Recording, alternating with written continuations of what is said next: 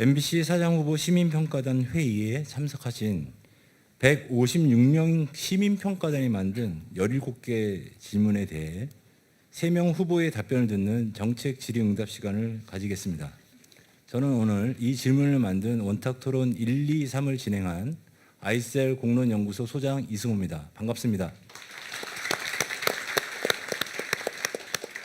질의응답 시간의 방식은 방금 전에 만들어진 원탁토론에서 만들어진 모든 별 공통 질문을 대표 질의자께서 직접 말씀해 주시겠습니다. 그래서 질문을 하시면 후보자들께서는 1분 30초씩 답변하는 순서를 갖도록 하겠습니다. 사전 협의에 따라서 순차적으로 정해져 있는 순번에 따라서 답변하시도록 하겠습니다. 공정성을 위해 각 후보들 사이에서는 최대한 비방을 자제해 주시기 바랍니다. 그럼 첫 번째 질문입니다. 추첨에 따라서 이모든부터 질문을 하도록 하겠습니다. 답변 순서는 안형준 후보, 박성재 후보, 허태정 후보 순입니다. 이모든 질의해 주시기 바랍니다. 저는 전라남도 광양에서 온 강세형이라고 합니다. 매화 축제의 고장인데 많이 놀러 오시기를 바랍니다. 제가 질문 드리겠습니다. 방송의 공정성과 독립성을 지키기 위한 기준이 필요합니다. 또한 이에 대한 안전장치가 필요합니다. 이에 대해서 후보자의 생각과 구체적 계획이 무엇인지 말씀해 주시기를 바랍니다. 안형준 후보부터 답변하도록 하겠습니다. 1분 30초 시간 엄수해 주시기 바랍니다. 시작하겠습니다. 네, 안형준입니다. 아주 중요한 흐름을 짚어주시는 질문 감사드립니다.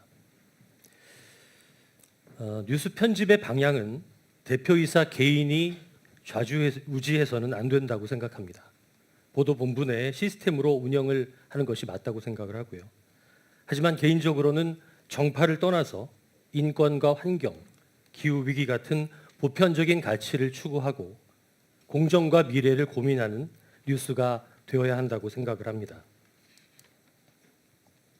앞서 프레젠테이션에서 언급을 했지만 김경수 지사 유죄 보도 후반부 배치나 광주 아이파크 뉴스의 후반부 배치는 특정 정파를 돕는다는 우려를 불식시키기 어려운 측면이 있습니다. 저는 아까도 말씀드린 것처럼 팩트체크 저널리즘으로 공정성의 문제를 돌파하겠습니다. 또 두 번째로 공정성 평가위원회를 기구화해서 매주 오프라인 회의를 통해서 점검하도록 하겠습니다. 공정성 평가위원회에는 서로 다른 정치적 관점을 가진 정치평론가 2명과 해외 동포, 외국인, 이슬람교도, 장애인, 여성, 인권 전문가 등 다양한 시각이 반영되어 공정성을 평가할 수 있도록 하겠습니다. 이상입니다. 시간 지켜주셔서 감사합니다. 다음은 박성재 후보입니다. 네, 우리가 공정한 판결이라고 했을 때 원고, 피고를 50대 50으로 판결을 하는 게 공정한 판결이 아니죠. 시시비비를 가려줘야 됩니다. 그게 저는 언론의 역할이라고 생각하고요.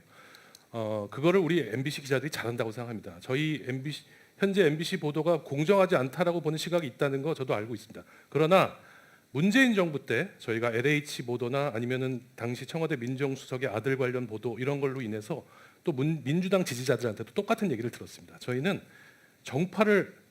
우리 기자들은 정파와 상관없이 열심히 하고 있다고 저는 믿습니다. 그래서 제가 말씀드린 것처럼 사장은 지켜줘야 됩니다. 근데 지켜주는 건 말로 되는 게 아닙니다. 의지 그리고 그 사람이 보여줘 왔던 지금까지 행동으로 증명되는 것입니다. 저는 독립성과 공정 보도에 관해서는 그거 하나만으로 제가 살아온 언론인입니다. 그거를 후배들이 확실하게 실천할 수 있도록 하되 그래도 외부에서 또 검증을 해야 되니까 아까 말씀드린 MBC 저널리즘 위원회 전문가들이 참여하는 그런 것들로 인해서 결과물들을 시민들께 공개하고 또 메타버스 시청자위원회 같은 소통의 창구를 계속해서 운영해서 공정성과 독립성에 대한 검증이 끊임없이 1년 내내 이루어지도록 제가 노력하겠습니다. 네, 다음은 허태정 후보입니다. 네, 반갑습니다. 공정성, 독립성 가장 중요한 문제죠. 독립성이 일단 지켜지지 않는 것은 좀 MBC 사장의 선임 구조부터가 방문진에 의해서 이루어지다 보니까 정치적으로 독립하기가 어려웠습니다. 그것이 지난 10년간 MBC가 가지고 있던 가장 큰 문제였고, 그래서 경영진이 특정 정치 집단과 정치 세력과 너무 유착해 있다라는 그런 혐의 때문에 독립성을 지키기가 어려웠다고 생각합니다. 그리고 공정성이라고 하는 것은 사실 법원의 판사들도 판결을 할 때 어느 것이 옳은지에 대해서 판결하는 것이 상당히 어렵습니다. 그래서 판례를 가지고 법적 안정성을 가지고 하는 겁니다. 그래서 사회적으로 합의된 기준이 있는 겁니다. 그런데 한쪽이 옳고 나는 선이고 상대는 악이다, 부정이다, 이런 관점에서 저널리스트가 접근한다면은 이거는 큰 문제가 되죠. 그래서 우리가 말하는 객관적 사실에 기준한 객관성, 그리고 균형성, 그리고 불편부당한 입장에서 전달해야 된다는 이 세 가지 입장이 그 공정성을 지키기 위한 우리 사회적인 합의이고, 저는 그것을 위해서 사전 사후 공정성위원회 그리고 조직 개편을 통해서 유사한 프로그램들끼리 같이 게이트키핑을 하고 거기에 대해서 자유롭게 발제할 수 있는 분위기, 그리고 그런 것들에 대해서 모두 책임자가 잘못했을 경우는 탄핵할 수 있는 그런 제도적 장치를 제안합니다. 네. 첫 번째 질문 후보별로 다 시간을 엄수해 주시고 아주 매우 바람직하게 지금 진행이 되고 있습니다. 다음은 4모듬 질의가 될 텐데요. 답변 순서는 박성재, 허태정, 안영준 후보 순입니다. 4모듬에서 질의해 주시기 바랍니다. 네, 저는 부산에서 온 홍윤이라고 합니다. 새 후보님께 질문 드리겠습니다. 공영방송을 지키기 위한 비전을 담은 구체적인 방안 3가지를 제시해 주십시오. 박성재 후보님부터 발언해 주십시오. 네, 공영방송을 지키기 위한 비전을 담은 구체적인 방안을 제가 이미 연구해 왔습니다. 2021년에 MBC의 그 올림픽 그 개막식 사고 방송이 있었죠. 그때 제가 MBC 공공성 강화 위원회라는 걸 만들어서 여러 전문가들을 모시고 많은 것을 논의했습니다. 그때 나온 여러 가지 비전들이 뭐였냐면 건강한 민주시민의 공동체 의식 함양, 그리고 사회 통합, 그리고 정치 권력과 자본으로부터 자유로운 방송 독립성, 또 뛰어난 콘텐츠로 문화 규류에 기여하고 끊임없는 도전과 혁신, 콘텐츠 서비스 학습, 이것들이 다 공영방송의 비전으로 제시가 됐었습니다. 저는 이런 것들을 지키기 위해서 지금까지 사장 역할을 수행해 왔고, 지금 제가 아까 PT에서 말씀드린 대로 몇 가지 조건들이 있지만 그것을 실행하는 것은 저 역시 의지와 실천이 중요합니다. 그 중에서 저는 이제는 MBC가 공영방송으로서 역할을 좀 해야 된다. 그게 뭐냐? 우리 국가적 위기에 봉착한 여러 가지 문제들을 해결하는 모습을 보여드리고 사회 통합에 우리가 기여를 해야 된다. 그래서 저희가 인구절벽과 다가온 미래라는 캠페인으로 올 한 해 동안 할 것을 저희가 실천을 이미 시작을 했습니다. 연말쯤에는 국제 포럼까지 열어서 그런 것들을 결과물들을 내놓도록 하겠습니다. 네, 감사합니다. 허태정 후보 말씀해 주십시오. 예, 공영방송의 역할은 공영방송은 공동체 이익과 선을 실현하는 것입니다. 그래서 그동안 사실 MBC가 그런 부분에서 굉장히 미흡했다라는 생각이 들고요. 저는 그 3가지 방향으로 과거를 넘어 미래로 우리 젊은 세대들에게 물려줘야 될 이 지구 환경이라는 문제와 그리고 한반도의 어떤 평화, 안정 이런 부분에 대해서 우리가 후배 세대들에게 상당한 책임이 있습니다. 그래서 저는 환경 프로그램을 좀 하겠다. 그 환경 프로그램은 북극의 눈물 같이 어떤 좀 감성적인 것에서 벗어나서 좀 더 실천적인 대안을 마련하는 그런 프로그램을 할 수 있고요. 그다음에 좀 더 세계적인 시각을 가지고 한 번 더 문제를 바라볼 수 있도록 그런 프로그램들도 만들 것이고요. 두 번째는 분열을 넘어 통합으로 아까 말씀하신 스포츠 이벤트 같은 것이 굉장히 사회 통합에 크게 기여를 합니다. 그런 것에 대해서 선택과 집중을 통해서 적극 유치할 것이고, 그다음에 우리 사회를 수평적이고 개방적인 사회로 이끌 그런 캠페인들을 적극 전개하겠습니다. 가령 호칭 문제라든지 호칭을 좀 더 권위적인 것을 빼고 님 대신에 무슨 님 이렇게 부른다든지 이런 식으로 좀 바꾸도록 할 것이고요.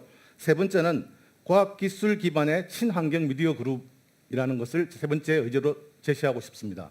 지금 뭐 XR이니 뭐 그다음에 메타버스, 빅데이터 이런 게 많이 있지 않습니까? 그거와 친화된 글로벌 포럼도 네, 시간이 종료되었습니다. 지금 진행하고 있는 분야는 1, 2 분야입니다. 전반부에는 1, 2 분야 질의를 하시고 이후 후반부에는 3, 4, 5 분야가 질의되겠습니다. 다음은 육모듬입니다. 죄송합니다. 안영준 후보님께서 말씀해 주시겠습니다. 네. 구체적인 방안을 아주 공격적으로 질문해 주셨는데요. 감사드립니다. 저는 1년 동안 실리콘밸리 아이폰과 챗 GPT의 중심이죠. 실리콘밸리에서 스탠포드에서 공부를 하면서 수평적 소통 문화와 다양성이 얼마나 소중한지를 배웠습니다. 앞에서 언급을 드렸던 편집의 실수, 기사 가치의 판단 미스는 저는 수평적 소통이 부족한 데서 비롯되는 측면이 많다고 생각을 합니다. 메인 뉴스를 위해서 편집 회의를 하루에 2-3차례 하는데요. 특정인이 발언을 지나치게 많이 하는 경우가 많습니다. 술자리는 아니더라도 발언 총량제 등을 도입해서 편집 회의가 좀 더 수평적으로 진행되도록 해야 될 것입니다. 그리고 나머지는 경영 계획서에서도 말씀을 드렸었는데요. 데스크 실명제를 진행하겠습니다. 부당한 지시나 수정을 요구하는 데스크들의 실명도 공개를 해서 공정성을 유지하는 방안을 만들어 보겠습니다. 또 기사 수정 이력제는 최근 인터넷 언론들 중에 일부가 하고 있는데요. 기사가 슬며시 수정되는 일이 없이 수정되면 왜, 어떻게 됐는지를 디지털 흔적을 통해서 밝히도록 하겠습니다. 그리고 끝으로 보도국장 임명 동의에 대한 투표를 YTN, MBC 등이 많이 진행을 하고 있는데요. MBC는 언제부터인가 수치가 공개되지 않고 있습니다. 수치 공개하겠습니다. 예, 감사합니다. 육모듬 질의하겠습니다. 육모듬에 대한 답변 순서는 허태정, 안영준, 박성재 후보 순입니다. 안녕하세요. 저는 울산에서 온 이수경이라고 합니다. 세 분의 후보님이 과거 MBC의 공정성을 외치면서 파업을 하신 걸로 알고 있습니다. 그런데 오늘 후보님들의 연설을 들어보니 생각하시는 공정성의 결이 다른 것 같습니다. MBC 뉴스가 특정 정당의 우호적이라는 의견과 지적에 대해 어떻게 생각하시나요? 그리고 외압으로 광고주가 떠나겠다면 구체적 대안이 있나요? 허태정 후보님 말씀해 주십시오. 예. 지금 현재 MBC 뉴스가 민주당 좀 편향적이라는 것은 누구나 알고 계실 겁니다. 그렇다고 해서 권력에 대한 비판과 감시를 하지 말아야 된다는 건 아닙니다. 분명히 해야 되지만 거기에는 굉장히 편향적인 어떤 그런 그 가이드가 분명히 작용하고 있다라고 저는 생각하고 있고요. 그래서 제가 딱 보니 100만 이거에 대해서 요즘 유행하는 거 있잖아요. 인공지능 대화봇 챗 GPT에게 물어봤습니다. 이거에 대해서 어떻게 생각하냐? 그랬더니 저널리스트가 어떻게 정확한 근거도 없이 숫자를 그렇게 이야기할 수 있느냐? 이거는 언론의 신뢰도를 엄청나게 떨어뜨리는 일이다. 그 언론사로서 저널리스트로서 생각할 수 없는 일이다라는 답변이 왔더라고요. 챗 GPT는 우리 사회에 굉장히 보편적으로 합의된 의견입니다. 그러니까 합리적이고 보편 타당한 것을 부정하고 어느 한쪽의 입장이 계속 옳다고 주장하는 것. 이것이 지금 MBC의 문제입니다. 그래서 이런 것 때문에 MBC가 계속 어떤 특정 정당의 우호적이라는 그런 의심을 받고 있는 거고, 의심이 아니라 사실이죠. 그래 이런 걸로 인해서 광고주들도 사실은 MBC에 대해서 이미지가 안 좋습니다. 저는 공정성, 우리가 아까 말한 합의된 공정성, 그거를 지키겠습니다. 그걸 지키면서 광고주들을 설득하겠습니다. 이상입니다. 네, 감사합니다. 안영준 후보 말씀해 주십시오. 예민한 질문을 주셨네요. 감사드립니다. 저는 MBC 보도국의 기자들 개개인이 편향을 갖고 있다고는 생각하지 않습니다. 몇 차례의 편집 실수 이런 것들이 누적되면서 MBC 뉴스의 신뢰와 오해를 불러일으켰다고 생각을 합니다. 어떤 사안이 터졌을 때 거기에 대한 수사와 보도는 면밀하게 진행이 되어야 될 것입니다. 비리 의혹에 대해서 기자들이 언론이 알았다면 파헤치고 먼저 보도를 해야 됩니다. 하지만 검찰의 수사 과정이나 영장 청구 단계, 법원의 재판부 배당 과정에서 문제가 있다면 그것 역시 보도를 해야 합니다. 그런 과정에서 오해가 생겨서 광고주가 떠난다. 광고주를 위해서 뉴스를 할 수는 없는 일이라고 생각합니다. 네, 감사합니다. 다음은 박성재 후보님 말씀해 주십시오. 네, MBC 뉴스가 특정 정당의 우호적이라는 생각은 프레임입니다. 우리가 그 프레임에 자꾸 노출되면은 그렇게 생각하시는 분들이 많아집니다. 근데 제가 아까 말씀드렸지만은 MBC 뉴스는 문재인 정부 때도 민주당 지지자들 비판을 많이 받았습니다. 제가 일일이 예를 들어드릴 수도 있습니다. 예를 들어서 LH 사태 같은 때 저희가 엄청나게 집중 보도를 했거든요. 그걸로 인해서 그 기자가 상도 타고 노영민 비서실장이 물러나는 상황까지 벌어졌고요. 민정수석이 물러나는 경우도 있었습니다. 근데 그럴 때마다 MBC 뉴스는 권력, 제가 말씀드렸지 않습니까? 권력 감시와 약자 보호가 우리 기자들의 숙명이고 임무다. 그런 걸로 무장돼 있는 기자들이고 그렇게 훈련받은 기자들이기 때문에 어떤 정권에서든지 항상 그런 불만이 나오는 게 아니냐. 저도 그렇게 생각합니다. 중요한 거는 진실이 뭐냐. 우리 교황님도 말씀하셨지 않습니까? 고통 앞에 진실은 없다. 저는 고통 앞에 중립은 없다. 저는 진실 앞에 중립은 없다고 생각합니다. 진실이 뭐냐가 중요한 거고 그거를 우리 언론인들이 찾아가는 과정 그리고 그것을 사장과 경영진이 지켜주는 제도 이게 제일 중요하다 이렇게 생각하고요. 광고주 문제는 심각한 거죠. 그거는 오히려 그 외압으로 광고주가를 떠나게 하는 그 외압을 하는 그 세력과 저희가 싸워야 된다. 저는 이렇게 생각합니다. 그게 바로 언론 자유를 지키는 길이다. 너무나 당연한 질문 아니겠습니까? 네, 답변 감사합니다. 팔모듬 질문해 주시겠습니다. 이번 순서는 안영준, 박성재, 허태정 후보 순입니다. 안녕하세요. 저는 부산에서 올라온 함예입니다. 저희 팔모든 질문합니다. 국민의 알 권리와 공공의 이익이 상충할 경우 어느 쪽에 우선하는지 그에 대한 기준은 무엇이고 어느 정도입니까? 그리고 나아가 공정한 진실만을 보도할 준비가 MBC는 타 기관과 비교해서 어느 정도 되어 있는지 질문드립니다. 네, 안영준 후보님 말씀해 주시기 바랍니다. 네.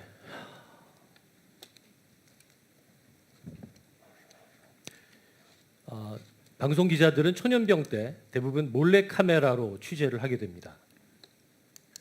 취재원에게 녹음과 녹화를 영상을 취재한다는 것을 알리지 않은 채 몰래 녹음을 하는 거죠.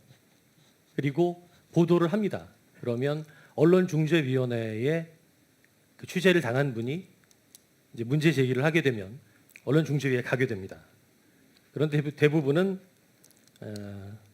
국민의 알 권리가 먼저기 때문에 위법성 조각 사유에 해당이 된다고 하면서 기자들은 더 이상의 처벌이나 문제 제기를 받지 않게 됩니다. 하지만 이런 식의 취재는 바람직하지는 않다고 생각을 합니다. 저는 국민의 알 권리와 공공의 이익도 중요하지만 팩트에 기반한 팩트 중심의 취재와 보도가 우선돼야 한다고 생각합니다. 이 정도로 하겠습니다. 네, 시간을 남겨주셔서 감사합니다. 박성재 후보님 말씀해 주십시오. 네, 국민의 알 권리는 공공의 이익과 상충되지 않습니다. 저는 그렇게 생각합니다. 국민의 알 권리가 바로 공공의 이익이고 언론의 사명입니다. 어떻게 국민이 모르는데 공공의 이익이 보장되겠습니까? 저는 그렇게 생각합니다. 그것이 현대 우리 언론의 핵심이고 기레기가 되지 않는 법입니다. 국민의 알 권리를 위해서 기자들은 움직여야 하고 취재해야 하고 보도해야 됩니다. 오로지 기준은 진실입니다. 누구에게 이익이 되는지 이거 중요하지 않습니다. 민주당, 국민의힘 그게 뭐가 중요합니까? 우리가 진실을 알고자 하는데 저는 그렇게 생각하고요. 그 예를 하나 들어드리겠습니다. 조금 껄끄러운 얘기지만 박원순 시장님이 돌아가시던 날 박원순 시장님의 성폭력 피의자가 됐다는 사실을 가장 먼저 취재하고 보도하려고 했던 방송이 바로 MBC입니다. 그만큼 MBC 기자들은 알 권리를 위해서 싸우지 그게 누구의 이익이 되는지는 따지지 않습니다. 그런 것 때문에 오히려 욕도 많이 먹고 고생도 많이 합니다. 지금 고발당하고 기자들 엄청 고생하고 있지 않습니까? 이거 누가 지켜줘야 됩니까? 저는 우리 국민들이 지켜주셔야 된다고 생각합니다. 저는 공정한 진실만을 보도할 준비, 제 인생이 바로 공정한 진실을 위해서 살아온 인생입니다. 그 한마디로 대답하겠습니다. 네, 감사합니다. 허태정 후보님 말씀해 주십시오. 예, 국민의 알 권리와 공공의 이익이라는 것은 뭐 원론적으로 이야기하면 국민의 알 권리가 우선이라고 이야기하겠지만 사실상 케이스로 들어가면은 상당히 미묘하고 복잡한 문제입니다. 저는 좋은 질문이라고 생각하는데요. 제가 PD 수첩을 할 때 당시 그때 2002년인가 그때쯤 그 삼성 이건희 회장의 해외 비자금이라는 제보를 받았습니다. 저는 사실 고민됐습니다. 삼성이 한국 사회에서 엄청난 역할을 하고 있는데 이 회장의 해외 비자금을 내가 과연 그 정보를 받았을 때 보도하고 방송할 수 있을까 고민됐습니다. 그렇지만 일단 언론인으로서 비행기 타고 날아갔습니다. 그런데 결과는 그 사람이 저를 이용해서 삼성 측에다가 딜을 해서 뭐 대우를 받는 식으로 했기 때문에 헛땅치고 돌아왔습니다. 일단 저는 알 권리가 우선이지만 공공의 이익도 그거에 대해서 생각해 봐야 된다고 생각합니다. 최근에 뭐 윤석열 대통령이 뭐 미국 가서 국회에서 연설할 때 뭐 바이든 뭐 날리면 이런 경우도 상당히 공공의 이익과 과연 국익이라는 부분과 이게 국민의 알 권리라는 부분과 굉장히 고민해 봐야 됩니다. 그런 정도가 부딪히는 상황에 대해서는 저는 팩트 체크를 2번, 3번, 4번 해서 전문가들의 의견을 듣고 그게 확실할 때만 보도해야 된다고 생각합니다. 왜냐하면 그것은 알 권리이기 때문에. 그렇지만 그만큼 철저하게 팩트를 체크해야 됩니다. 그냥 뭐 그럴 수도 있겠네. 나는 그렇게 들렸어. 이런 걸로 보도해서는 안 된다고 생각합니다. 네, 감사합니다. 다음은 신모듬에서 질의하실 텐데요. 그 발표 순서는 박성재, 허태정, 안영준 후보 순입니다. 네, 안녕하세요. 저는 서울에서 온 오슬기입니다. 저희 모둠이 준비한 질문은요. 후보자분들께서 생각하는 현 MBC의 공정성 및 독립성에 대한 평가를 100점 만점으로 점수를 말씀해 주시면 좋겠고요. 그 점수를 높이기 위한 구체적 실천 방안을 2-3가지 말씀해 주시면 감사하겠습니다. 네, 박성재 후보님부터 말씀해 주시기 바랍니다. 네, 비슷한 질문이 계속된다는 느낌이 드는데요. 제가 조금 더 구체적으로 말씀드리겠습니다. 공정성은 저희가 100점이라고 볼 수 없습니다. 왜냐하면 공정성을 자꾸 건드리려는 움직임이 사내외에서 자꾸 있기 때문입니다. 그걸 지켜야 될 사명이 저에게 있습니다. 저는 한 공정성은 70점 정도 주겠습니다. 독립성은 오로지 사장과 경영진의 의지에 관련된 거기 때문에 저는 저의 의지로 그 답을 하겠습니다. 독립성은 90점입니다. 그 점수를 높이기 위한 구체적 실천 방안은 독립성은 제가 아까 하던 대로 제가 말씀을 드렸고요. 공정성을 높이기 위한 방안은 결국은 아까 뭐 많은 후보들이 비슷한 얘기 하셨지만 팩트 체크 그리고 우리가 진짜 진실을 보도하고 있는지 이거를 우리끼리 검증하지 말고 외부에서도 검증받아야 된다라는 것이죠. 그래서 제가 말씀드린 전문가들로 운영되는 저널리즘 위원회 같은 그런 그 기관에서 이렇게 검증하는 것이 가장 공신력이 있지 않을까. 그리고 그 결과를 저희가 공개하는 것이 제일 좋다라고 저는 생각하고 있습니다. 여기까지 하겠습니다. 네, 다음은 허태정 후보님이십니다. 예. 제가 MBC 조직원으로서 MBC의 공정성 점수를 매긴다는 게 상당히 좀 그거네요. 그냥 저는 좀 절반 50점 이하라고 정도 이야기하겠습니다. 근데 제가 말씀드린 것처럼 이런 문제가 왜 MBC가 공정하지 않다라는 평가를 받느냐. 제가 말씀드렸듯이 사례를 들었던 것처럼 이상한 불법적이고 비윤리적인 제보를 받아서 또는 음모론에 의거해서 그것을 보도한 경우들이 많았습니다. 그런 경우에는 그냥 취재기자와 데스크 간에 합의가 되면은 그대로 방송이 됐습니다. 쓸어 담을 수가 없습니다. 그래서 제가 정상화위원회를 해보면서 내린 결론이 사전에 그런 제보나 좀 문제가 있을 만한 제보 같은 경우는 평기자연합회하고 같이 해서 이 과정을 녹취록으로 남깁니다. 토의를 해서. 그래야지 그 뒤에 정구도 되고 사후에 그걸 가지고 그걸 할 수도 있습니다. 당장 그걸 개방하자는 것이 아니라 그런 녹취록을 남겨야지만 책임을 질 수 있다는 겁니다. 그게 사전공정성위원회가 그래서 중요한 겁니다. 그다음에 사후공정성위원회를 통해서 일반 외부 인사들도 참여해서 뭐 좀 정치적 가이드가 될 만한 발언들 있지 않습니까? 아까 제가 뭐 예시를 든 것처럼 그런 경우에 대해서도 엄격하게 징계를 해야 됩니다. 그래야 MBC가 지금 아무런 간섭을 안 하고 있다고 하지만 그런 식의 발언을 하는데 일선 기자들이 그런 식의 발제를 하겠습니까? 어떤 다른 식의 발언 발언이나 발제가 가능하겠습니까? 이상입니다. 네, 다음은 안영준 후보입니다. 예, 구체적인 수치를 물어보시는 질문을 하실 줄은 몰랐습니다. 박성재 현 사장께서 70점, 90점 이렇게 주셨는데요. 저도 공정성보다는 독립성의 점수를 더 높게 드리겠습니다. 독립성 90점, 공정성 저도 70점 정도는 된다고 생각을 합니다. 그 뉴스의 신뢰도, 영향력에 대한 조사는 굉장히 많이 진행됩니다. MBC가 뉴스 신뢰도 1위라는 조사는 KBS가 진행을 했었고요. 반면 한국기자협회, 11,000명의 기자들이 회원인 한국기자협회 조사에서는 MBC는 신뢰도나 영향력은 좀 낮게 나왔습니다. 반면에 믿지 않는 불신이 3위로 나타났습니다.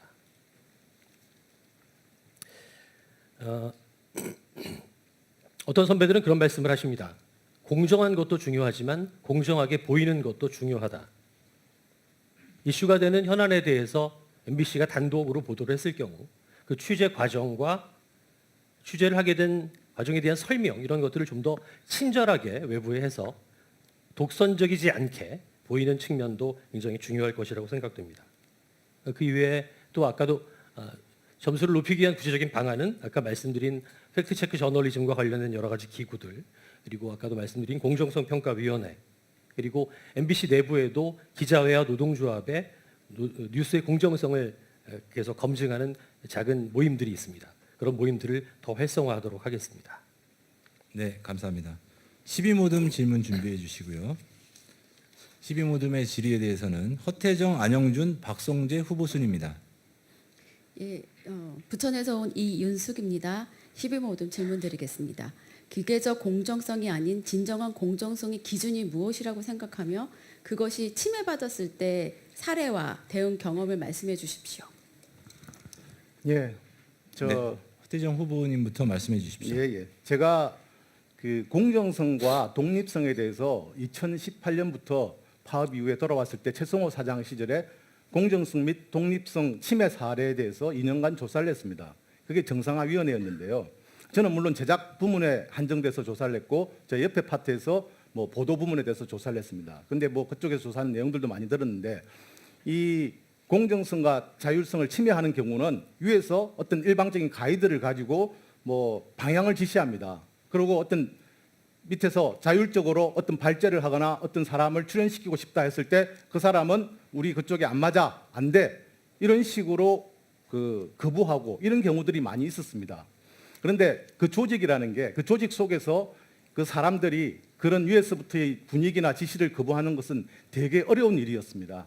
그래서 먼저 경영진부터 그런 정치적인 그거에서 벗어나는 것, 그것이 가장 중요하고 그러한 그거는 지금 아마 직접적인 지시는 없겠지만 지금도 어떤 최고 경영진이나 또 뭐 그런 사람들의 보도 책임자들에 의해서 어떤 방향, 가이드라인 같은 것이 사람들에게 언연히 영향을 미칩니다. 거기서 정말 양심과 소신을 가지고 자기의 소신대로 보도하고 싸워서 징계를 받고 불이익을 받고 저처럼 그럴 만한 사람은 많이 없습니다. 저는 그런 사람들 다 이해하고 위에서부터 솔선수범해야 된다고 생각합니다. 네, 안영준 후보님 답변해 주시기 바랍니다. 예, 평소에 공정성에 대한 고민이 많으신 분 같습니다. 깊이 있는 질문 감사드립니다. 기계적 공정성을 얘기할 때 흔히들 이런 예를 많이 듭니다. 우리가 독도 관련 보도를 할 때 과연 한국과 일본의 주장을 반반씩 할 수 있느냐. 기계적 중립성과도 통하는 얘기인데요.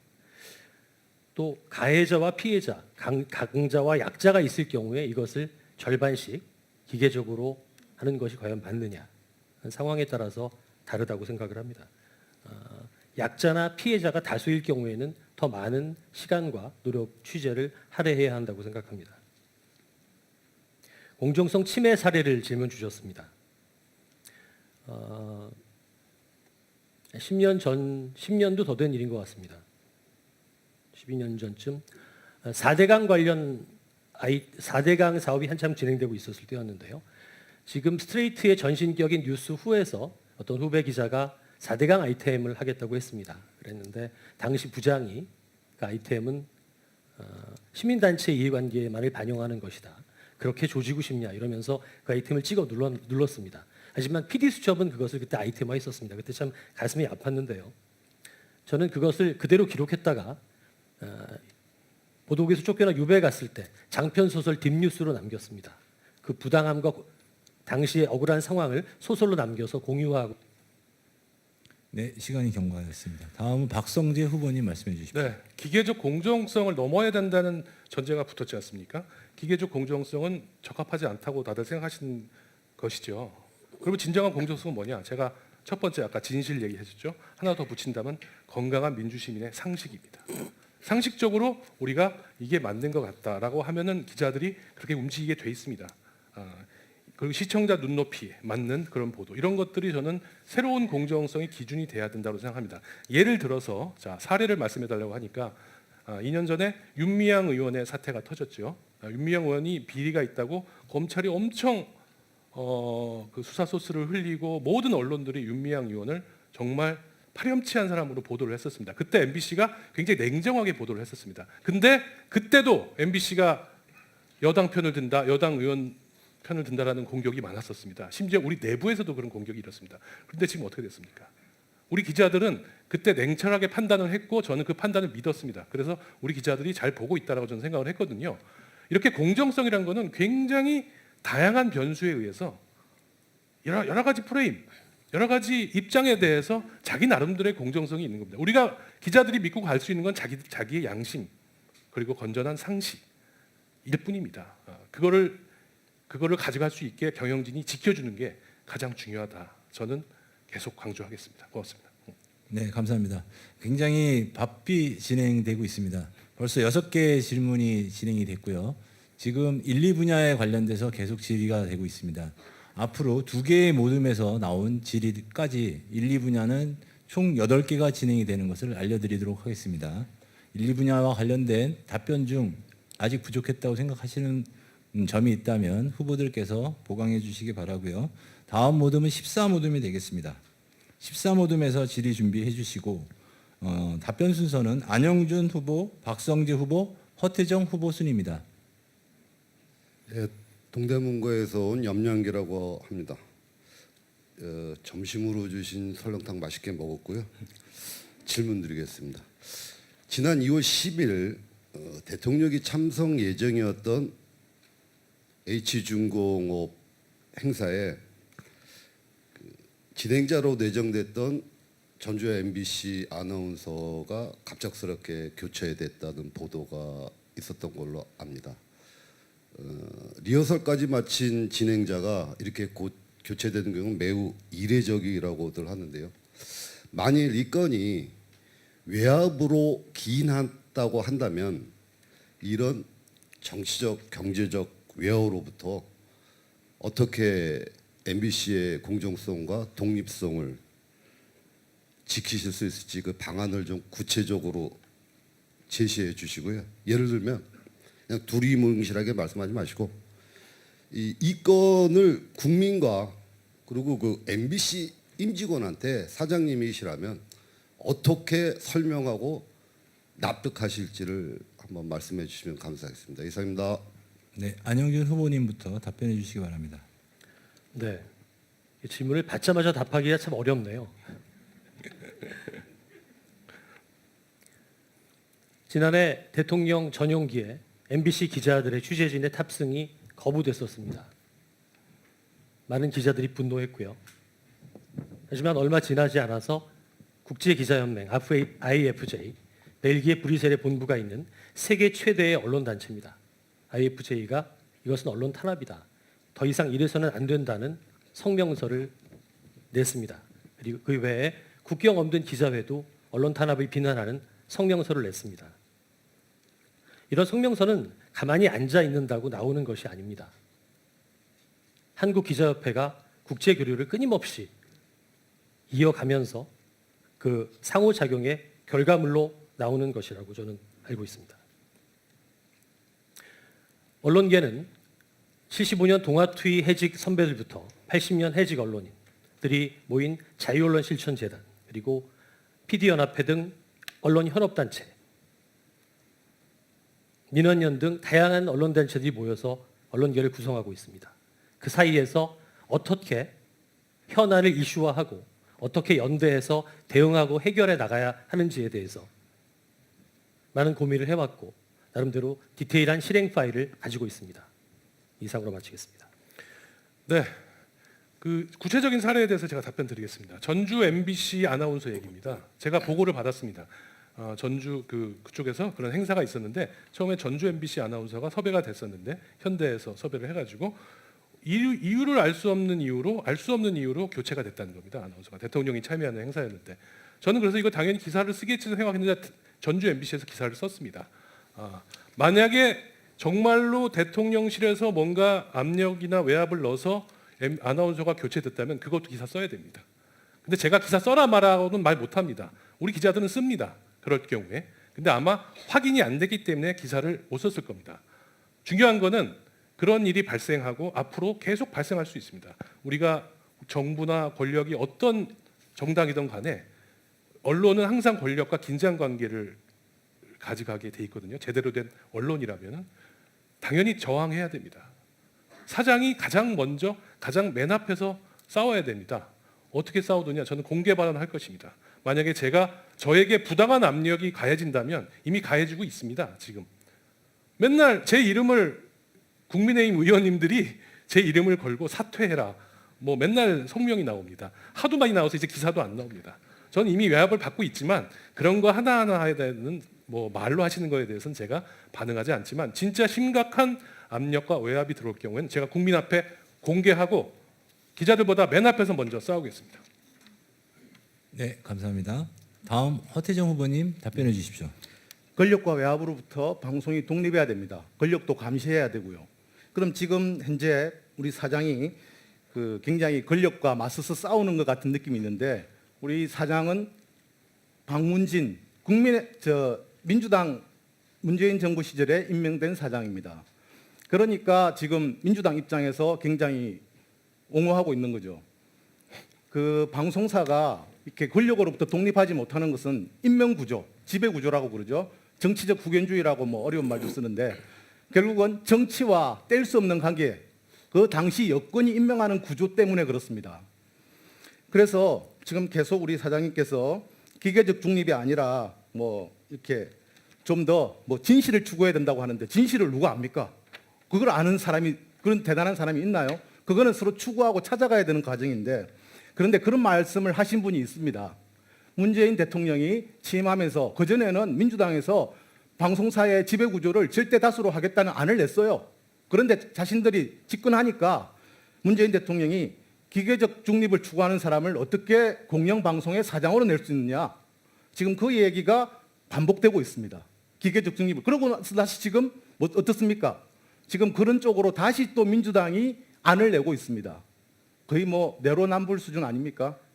이렇게 돼서는 방송사가 정치적 독립을 유지하기 힘듭니다. 사회자님, 네, 의사진행 발언 하나 하겠습니다. 네, 이렇게 저는 답변을 안 하고 상대를 안 하고 있는데 저 개인에 대한 이렇게 인신공격성 발언을 옆에 네, 후보님께서 자제해 자꾸 주시기 바라고요. 하시는데 예, 제가 박성재 그냥 가만히 후보님께서도 있어야 됩니까? 예, 가만히 저에게 예. 그러면 16모든 해명할 기회를 주시는 건 아니요, 어떻습니까? 잠시만요. 그거 공정하게 진행해야 되기 때문에 네. 초기에 말씀드렸습니다. 그 상대 후보에 대한 비방은 최대한 자제해 달라고 했고요. 이 내용과 관련해서는 여기 156명의 시민평가단들께서 이미 잘 알고 있는 내용입니다. 그런 자세에 대한 평가들도 같이 들어가지 않을까 싶고요. 16모듬 준비해 주십시오. 예, 답변 순서는 박성재, 허태정, 안영준 후보 순입니다. 네, 안녕하십니까. 서울에 거주 중인 김효진이라고 합니다. 앞선 프레젠테이션에서 새 후보님께서 각각 방송국의 독립성과 공정성을 지킬 수 있는 방안을 제시를 해주셨는데요. 뭐 안영준 후보님 같은 경우에는 팩트체크 조직 확대, 공정성 평가위원회 구성, 박성재 후보님은 메타버스 시청자위원회, MBC 저널리즘위원회 구성, 허태정 후보님은 사전공정성위원회, 사후공정성위원회 구성이라는 방안을 제시를 해주셨습니다. 각자 제시하신 이런 공정성에 대한 방안에 대해서 지금 당장 딱 MBC 사장이 됐다고 생각을 하시고 구체적이고 현실적인 실천 방안을 설명해 주시기 바랍니다. 네. 그 박성재 후보님부터 답변해 주시기 바랍니다. 네, 메타버스 시청자위원회라는 것은 실제적으로 우리 온라인에서 이루어지고 있는 뉴스나 보도에 대한 여러 가지 의견들이 굉장히 수준이 높게 진행되고 있죠 요새. 왜냐하면은 시청자들 수준이 너무 높기 때문에 그런 것들을 저희가 직접 접해보고 뉴스나 시사 프로그램 담당자들이 서로 소통하게 하자는 그런 취지입니다. 그러니까 만드는 것은 약간의 예산만 투입하면은 그렇게 오래 걸리지 않을 것입니다. 중요한 것은 저는 오히려 MBC 저널리즘 위원회라고 생각합니다. 왜냐하면 이것은 전문가들이 보시는 거기 때문에 제가 이 전문가들 선정을 제가 하지 않고 우리나라의 최고 공신력 있는 학회에다가 언론학회나 방송학회에다 의뢰하겠다고 말씀드렸지 않습니까? 거기서 추천받은 전문가님과 교수님들 혹은 언론 관계자들을 하고 제가 그분들의 그거를 사장이 직접 출석해서 그분들과 논의하고 비판을 받고 그것을 매번 기록해서 국민들께 투명하게 공개하는 MBC 신뢰 보고서를 만들려고 하고 있습니다. 이게 한겨레에서 이미 시행하고 있는 건데요. 한겨레가 꼭 뭐 아주 다 잘하고 있는 건 아니지만 그 보고서를 제가 몇 번 받아봤습니다. 꽤 저희가 경청하고 귀담아 들을 만한 내용이 많았습니다. 저는 올해부터 바로 실천하겠습니다. 네, 감사합니다. 허태정 후보님 답변해 주시기 바랍니다. 예, 먼저 사과의 말씀부터 드리겠습니다. 제가 MBC 현실을 이야기하다 보니까 뭐 특정 후보를 너무 좀 비난하는 듯한 발언이 있었는데 뭐 어쨌든 자제하도록 하겠습니다. 제가 그 사전공정성위원회와 사후공정성위원회를 말씀드렸는데 사전공정성위원회는 뭐 불법적이고 비윤리적인 제보나 뭐 이런 경우에 있어서 사전에 막자는 거고 사후공정성위원회는 어떤 그런 사안이 발생했을 때 외부 인사까지 참여해서 그거에 대해서 그걸 하자는 겁니다. 그 위에 이번에는 그 왜 저널리즘 조직으로 통합하는 것이 중요한가? 지금 사실 라디오에도 시사가 있고요. 시사교양이라고 하는 시사교양본부에도 시사 부분이 있습니다. 그러니까 PD수첩. 그다음에 보도 쪽에 뭐 스트레이트, 2시 뉴스 외전 이렇게 있는데 각각의 다르게 게이트키핑이 이루어집니다. 기준이 다르다는 거죠. 이 조직을 하나로 통합해서 그 안에 비슷한 성격, TV와 라디오가 분리될 필요가 없습니다. 그래서 그 안에서 가령 데일리룸 같으면은 뭐 지금 하고 있는 김종배의 시선 집중, 그다음에 뉴스 외전, 2시 뉴스 외전 이런 것들이 하나로 될 수 있겠죠. 그럼 뭐가 중요하냐? 생방송을 위주로 하기 때문에 진행자들이 되게 중요하고 갑자기 돌출적인 편파 발언이 나올 수 있습니다. 이런 것들에 대해서 서로 많은 사례를 공유하면서 어떻게 할 것인지 기준을 만들어 갈 수 있고 공정성의 그 노하우 같은 것들이 쌓여갑니다. 이게 되게 중요한 문제입니다. 네, 다음은 안영준 후보입니다. 네, 공정성에 대한 질문들을 많이 주시네요. MBC가 쌓은 업보라고 생각을 합니다. 2012년부터 17년까지 특정 정파에 유리한 편집들이 많았습니다. 그리고 2018년 이후에는 또 반대 상황이 벌어졌고요. MBC 안에서도 대립과 갈등이 심합니다. 아까도 말씀드렸지만 정권 교체 때마다 징계와 유배 뭐 이런 것들이 반복이 되고 있습니다. 기본적으로는 공정성과 중립성, 객관성이라는 저널리즘의 원칙을 보도 책임자가 제대로 지켜내지 못했기 때문이라고 봅니다.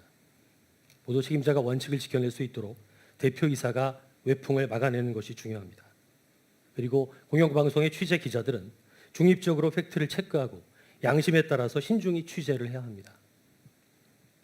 그리고 구체적인 방안은 아까 드린 말씀과 크게 다르지 않습니다. 공정성평가위원회를 섬세하게 구성해서 매주 체크를 분야별로 하겠습니다. 뉴스만이 아니라 시사교양과 예능 쪽에서도 혐오와 차별과 관련된 발언들이 나오지 않도록 하겠습니다. 그리고 보도국에서는 매일매일 떠오르는 중요한 현안들, 가짜뉴스와 부딪히는 현안들에 대해서 신속히 대응하는 팩트체크 119 팀을 신설해서 가동하겠습니다. 그리고 PD수첩에도 지금 한 명밖에 없는 팩트체커를 팀급으로 늘려서 팩트체크를 더 확대하도록 하겠습니다. 네, 감사합니다. 지금까지 추첨을 통해서 8개의 질문이 공영방송과 방송의 독립성, 공정성에 관련된 질의응답이 있었습니다. 지금부터는 또 추첨에 의해서 정리가 되어 있는데요. 콘텐츠 미디어 그룹으로서의 경쟁력 분야, 그리고 조직의 화합과 혁신에 관련된 문제, 그리고 세 번째 관계사의 혁신 발전과 관련된 문제가 질의응답 되도록 하겠습니다. 일모듬 준비해 주시고요. 답변 순서는 허태정, 안영준, 박성재 후보 순입니다. 네, 안녕하십니까. 인천에서 온 전미소입니다. 콘텐츠 왕국이었던 MBC가 경쟁력이 낮아진 원인은 무엇이며 경쟁력 있는 콘텐츠를 제작하기 위한 혁신 방안을 뉴스, 드라마, 예능, 인재 등용에 대하여 말씀해 주시기 바랍니다. 아울러 타 후보의 혁신 방안 중 수용하고 추진할 사항은 무엇인가요? 네, 허태정 후보님부터 말씀해 주십시오. 예, 저는 현재 MBC 콘텐츠 경쟁력이 상당히 저하되어 있다고 생각하고요. 그 가장 근본적이고 큰 원인이 이 조직 구조가 옛날에 지상파의 11번 채널에 맞춰서 아직도 프로그램이 드라마, 예능, 교양, 그리고 뉴미디어가 중요하다. 그러니까 뉴미디어 또 조직을 만들고 이렇게 라디오 이렇게 해서 서로 분산되어 있습니다. 이 조직으로는 어떤 새로운 것을 해볼 수가 없습니다. 자기 영역만 지키기 바쁘고요.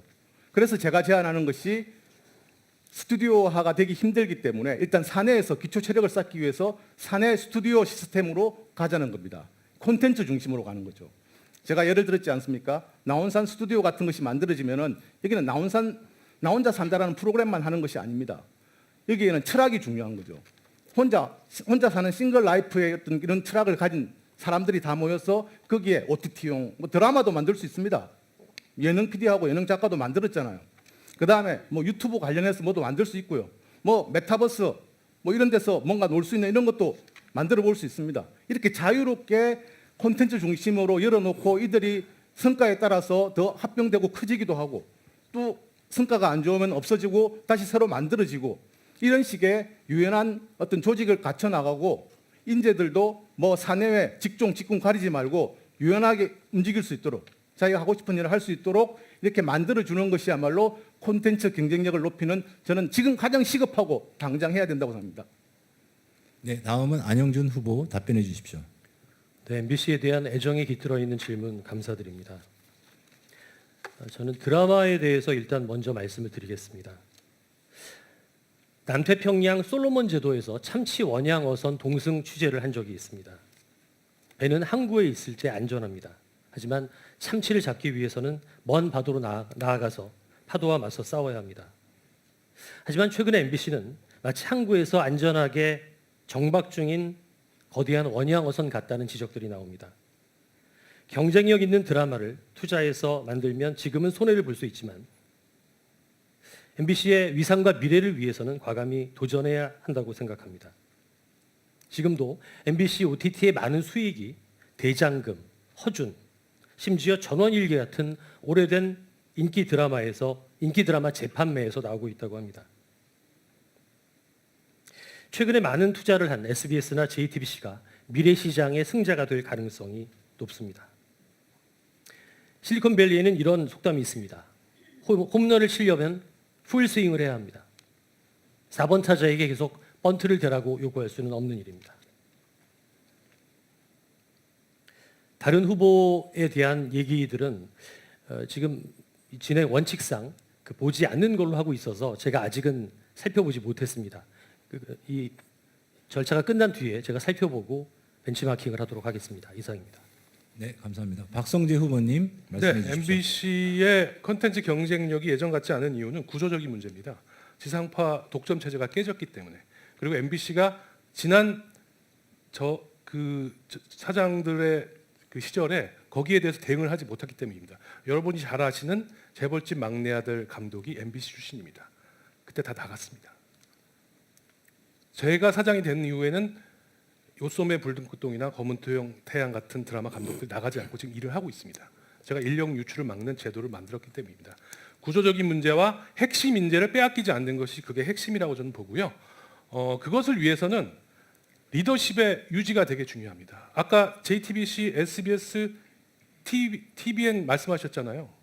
거기 다 오너가 있는 회사입니다. 오너가 믿는 사장이 오랫동안 리더십을 유지하면서 장기적인 콘텐츠 전략을 실행하고 있습니다.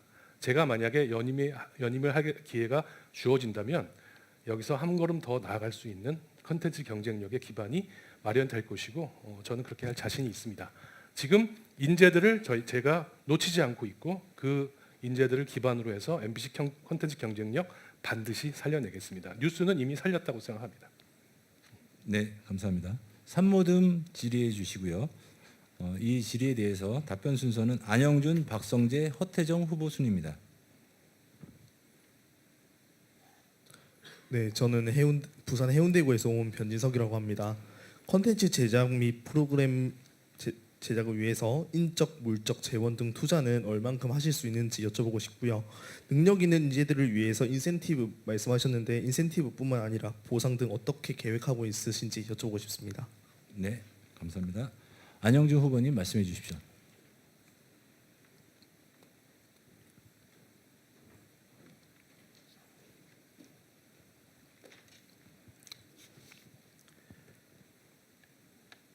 글로벌 미디어 시장의 생태계가 크게 변화했습니다. 넷플릭스로 대변되는 OTT, 해외 미디어 거대 자본이 전 세계 시장을 장악하고 있습니다. 넷플릭스와 페이스북, 유튜브가 전 세계 미디어 시장을 장악하고 있습니다. 자본이 거대합니다. 지금의 이 시스템과 경쟁력으로는 큰 투자를 벌일 수가 없습니다. 답답해서 전문가에게 물어보기도 했습니다. 오징어 게임이 만들어진 뒤에 우리나라 문화체육부는 모태 펀드를 만들어서 IP, 지식재산권을 지키기 위한 노력들도 하고 있습니다. 그래서 저는 사장 직속의 글로벌 기획센터를 만들어서 좀 더 과감한 투자라는 방안을 문을 열어놓고 타운홀 미팅들을 통해서 투자 방법들을 고민하고 마련해 나갈 것입니다. 그리고 인센티브 보상에 대해서는 저도 이번에 좀 살펴보고 사장이 되기 위해서 면밀히 살펴봤는데요. 인센티브 지급이 어느 정도는 진행이 되고 있습니다. 그래서 오솜의 붉은 끝동을 만든 우리 정 PD 같은 경우에는 나가지 않고 계속 있고요. 그런 부분은 좀 더 면밀히 살펴서 보완하도록 하겠습니다. 네, 박성재 후보님 말씀해 주십시오. 네, 콘텐츠 제작을 위한 투자는 돈을 500억 넣느냐 1000억 넣느냐의 게임이 아닙니다. 콘텐츠를 투자할 수 있는 구조를 어떻게 만들어내느냐가 제일 중요한 것이고요. 저는 그 구조를 만들기 위해서 아까 글로벌 대작이나 큰 드라마를 만들 때 투자를 유치하기 위해서 IMBC를 활용한 투자 전략을 제시를 이미 했습니다. 문제는 그런 것들을 가능하게 하는 그런 사내 내부 시스템이겠죠. 그래서 아까 글로벌 저도 지금 우리 안 후보님하고 명칭이 비슷한데 글로벌 컨텐츠 스튜디오라는 팀을 만들어서 거기에 제가 이미 운영하고 있는 혁신투자팀이라고 있습니다. 그거를 같이 가동해서 외부 투자를 받아오는 거 그게 제일 중요하다고 저는 생각하거든요. 그 시스템을 만들려고 하고 있고요. 능력 있는 인재를 위한 인센티브는 안 후보님께서 이미 알아보셨듯이 지금 진행되고 있습니다. 이미 그런데 그런 분들이 전 더 많았으면 좋겠습니다. 저보다 연봉이 많은 분들이 회사에 몇 분 있습니다. 제가 액수는 말씀드릴 수 없지만 그렇게 제가 관리하고 있고 그분들을 위해서 그런 핵심 인재들을 위해서 더욱더 확대해 나갈 생각입니다. 이거를 예전의 경영진은 성과 연봉제로 이렇게 임금 체제를 바꾸려고 했습니다. 근데 이거는 좀 쉽지 않습니다. 왜냐? 노사의 문제이기 때문입니다. 이 전체적으로 우리가 미국처럼 연봉제로 확 가는 거는 힘들다. 저는 그래서 인센티브를 효과적으로 확대해 나가는 게 가장 중요하다라고. 네, 다음은 허태정 후보님입니다. 예, 김태호 PD 아시죠? 김태호 PD 무한도전을 오랫동안 만들어왔던 김태호 PD가 나갔습니다. 왜 나갔을까요? 김태호 PD는 사실 남들보다 아마 우리 사장님보다도 더 많은 연봉을 받았을 겁니다. 인센티브를 줬거든요. 그랬는데도 그 사람은 나갔습니다. 왜 나갔을까요? 계속 무한도전이라는 틀 속에서 계속 뱅뱅 돌고 있는 겁니다. 그러다가 놀면 뭐하니? 뭔가 새로운 걸 할 수가 없습니다. 뭐 그만큼 유명한 또 PD 있잖아요. 나영석 PD. 나영석 PD는 뭐 윤식당, 꽃보다 할배 계속 자신의 콘텐츠를 확장하면서 뭔가를 하고 있는데 본인은 그 속에 갇혀 있는 겁니다. 이 사내에서 그 프로그램 속에 갇혀 있으니 자기를 확정시킬 수가 없어요. 그러니까 나간 겁니다. 물론 뭐 보상도 있을 수 있겠지만 그래서 제가 제안하는 게 바로 사내 스튜디오 시스템입니다. 그런 어느 정도 독립채산제를 하는데 비용을 뭐 성과를 다 줄 수는 없겠죠. 그렇지만 지금 하고는 확실히 다른 성과에 따른 인센티브가 주어질 겁니다. 그렇게 해서 또 자기들이 하고 싶은 프로그램들을 무한정으로 확장할 수 있고 거기서 시청자들과 다양한 플랫폼에서 만나서 그 평가를 받을 수 있고 이런 것들이 이루어지지 않는다면은 저 떡이만 뜨면 또 나갑니다. 장호기 PD 있잖아요. 피지컬 100. 그 PD는 자기 이름을 알렸는데 나가지 않을까요? 제가 뭐 얼마 인센티브 받았다는 이야기를 들었지만 차마 여기서 말은 못하겠습니다. 그런 경우들이 계속 생깁니다. 네, 시간이 경과했습니다. 다음은 오무듬에서 준비해 주시고요. 답변 순서는 박성재, 허태정, 안영준 후보 순입니다. 네, 안녕하세요. 경기도에서 온 최상규라고 합니다. 회사의 경쟁력 강화를 위해서는 단합된 조직의 힘이 굉장히 중요한데요. 오늘 말씀 들은 것이나 아니면 저희 모둠에서 토론할 때 MBC가 내부 조직이 그렇게 단합되어 있는 모습보다는 분열되어 있다라고 저희 많이 이야기를 했습니다. 그래서 이런 분열된 MBC 조직을 좀 더 단합할 수 있는 후보자의 철학, 비전, 가치관을 일치시키기 위한 어떤 각 후보자들의 방안, 대안을 한번 말씀해 주시면 감사하겠습니다. 네. 박성재 후보님 답변해 주시기 네. 바랍니다. MBC 조직이 분열되어 있다고 말씀하시는 분이 많이 있습니다. 있는데 저는 그 분열이 여러분이 생각하시는 것처럼 그런 갈등과 그런 분열이라고 생각하지 않습니다. 저는 사장이 된 이후에 인사 원칙이 오로지 능력이었습니다. 기회균등, 적재적소. 지금 아까 상탄 기자들 보셨죠? 그 기자가 예전에 경력 기자로 공채로 들어오지 않고 경력 기자로 들어온 기자들입니다. 제가 보도국장한 시절에 다 품어 안고 좋은 출입처 내보내고 화합 인사를 실현했습니다. 그러나 제가 일찍 좀 사장이 됐습니다. 50대 초반에 사장이 됐기 때문에 제가 인사를 함에 있어서 젊은 사람들 발탁하고 또 경영진을 그렇게 꾸리고 한 면이 있습니다. 그러나 능력 있는 선배님들은 다 제가 인사의 어떤 형평성 원칙을 지켜왔습니다. 문제는 이런 것들이 앞으로 계속 될 수 있느냐? 저는 이런 게 시스템으로 만들어져야 된다고 생각합니다. 갈등이 있는 건 사실입니다. 그러나 그것을 극복하는 방안은 많은 사람들이 다 생각이 다릅니다. 그런 것을 하나로 녹여내는 방법이 있으면 가장 좋겠지요. 지금 아마 이 부분에 대해서 질문이 또 나올 것 같은데 이 다음에 제가 더 말씀을 드리겠습니다. 네, 다음은 허태정 후보 답변해 주시기 바랍니다. 제가 아까 프레젠테이션에서도 말씀드렸지만 현재 MBC 경영진의 인사가 굉장히 좀 같은 끼리끼리 동료들끼리 모여서 이렇게 모여져 있습니다. 그러다 보니까 현재 경영진에 대해서 가장 반대하는 사람이 누굴까요? 제3노조입니다. 제3노조는 옛날 정권 시절에 기득권을 많이 누렸습니다. 그 사람들이 이제 정권이 바뀌니까 자기 세력이 왔다고 굉장히 강하게 공격하고 있는 겁니다. 그럼 이 두 사람을 놓고 과연 MBC가 그만큼 숫자적으로 분열되어 있느냐? 그렇지는 않습니다. 현재 그냥 자기들이 좀 경영권을 다시 장악해서 우리가 좀 이렇게 해보겠다라는 어떤 그런 그겁니다. 여기서 제가 우리 MBC의 화합을 위해서 자 그러면 안배를 하겠습니다. 자 이쪽도 골고루 5대5 아니 비율이 다르니까 뭐 7대3 이렇게 나누겠습니다. 이거는 진정한 MBC의 화합과 그건 아니라고 생각합니다. 저는 일 중심이라고 생각했습니다. 그래서 제가 저널리즘 조직이라든지 뭐 스튜디오 조직이라든지 이런 걸 통해서 자신의 목표와 성과가 확실하게 있고 그걸 통해서 평가를 받는다면은 이를 통해서 이렇게 뭉쳐지고 해야 되는 거지. 뭐 같이 너 5명, 너 5명 이렇게 나누자. 보직 똑같이 나눠줄게. 이것은 진정한 화합으로 가는 길이 아니라고 생각합니다. 네, 감사합니다. 안영준 후보님 답변해 주십시오.